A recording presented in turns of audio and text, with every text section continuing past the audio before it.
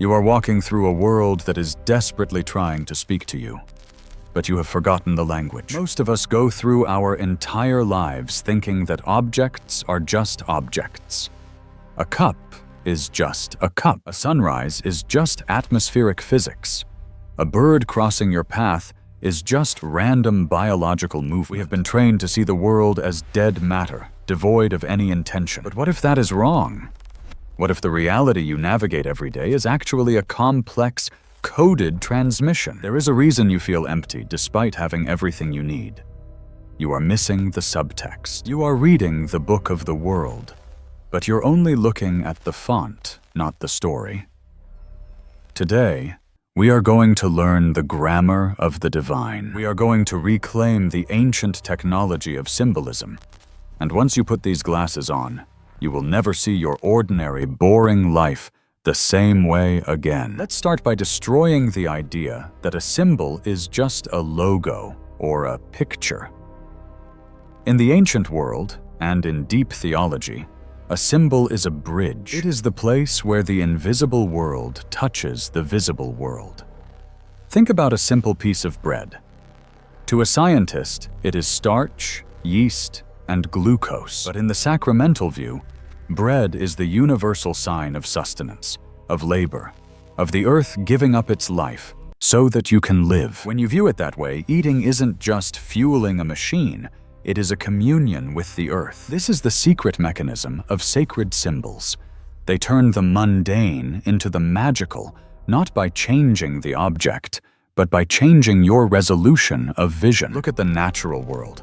It is literally shouting at you in code. We call it nature, but the ancients called it creation, implying an architect. Look at the center of a sunflower. Really look at it. You aren't seeing a random cluster of seeds. You are seeing the Fibonacci sequence, a perfect mathematical spiral that expands at the exact ratio found in galaxies, in hurricanes, and in the proportions of your own DNA. This is sacred geometry. It is the fingerprint of the designer left wet on the clay of the world. When you see a snowflake, you aren't just seeing frozen water.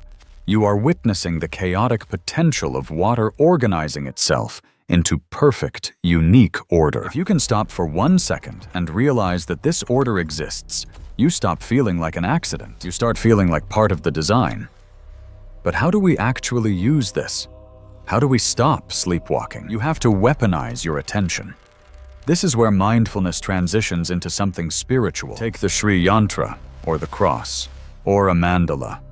These aren't just decorations for a yoga studio. They are visual anchors. The human mind is a wandering dog. It chases every squirrel. A symbol is the stake in the ground. When you meditate on a complex geometric pattern, you are forcing your brain to align with order. You are training your internal chaos to mirror the external order of the symbol. It is a psychological hack that opens the door to the spiritual. And then, things get personal. You start noticing the glitches in the matrix. You look at the clock, 11:11. You drive behind a car, license plate 2 and 22. You buy a coffee, 3033. Now, the skeptic says this is the Baader-Meinhof phenomenon. Your brain just noticing patterns because you want to. But ask yourself, does the origin of the signal matter more than the effect of the signal? If seeing 11:11 snaps you out of a negative thought loop and reminds you to stay positive, isn't that a divine intervention? These angel numbers act as rumble strips on the highway of your life. They wake you up. Seeing 111 might trigger a thought about new beginnings. Seeing 222 might force you to ask, where is the balance in my life right now? Whether it's the universe or your subconscious, the message is valid. This is why you need to physically alter your environment. You cannot live in a sterile box and expect to feel a spiritual connection. You need to weave symbols into your habitat. I'm talking about building a personal altar, a sanctuary. It doesn't have to be religious. It just has to be intentional.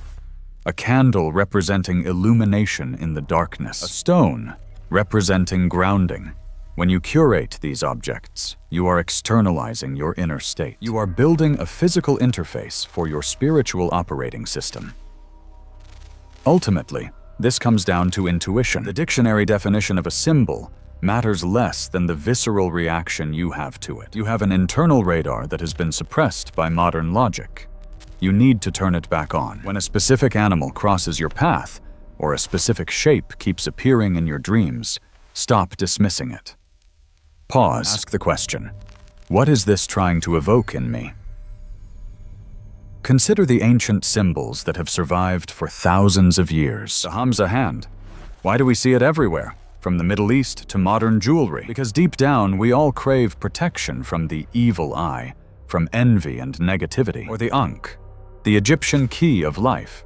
It resonates because we are obsessed with the concept of eternity and breath. The infinity loop, the pentagram representing the elements, the hexagram representing the union of opposites.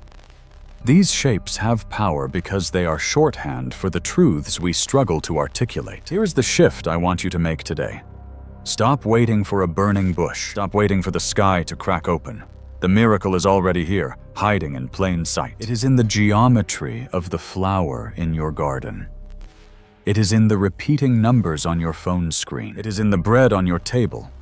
The world is not dead matter. It is a cathedral of meaning, and you have been given the key. You just have to decide to turn the lock. I want you to try something. For the next 24 hours, treat everything as a message. Interpret your reality like a dream. And when you see a symbol that stops you in your tracks, come back here and tell me about it in the comments. Let's decode this together.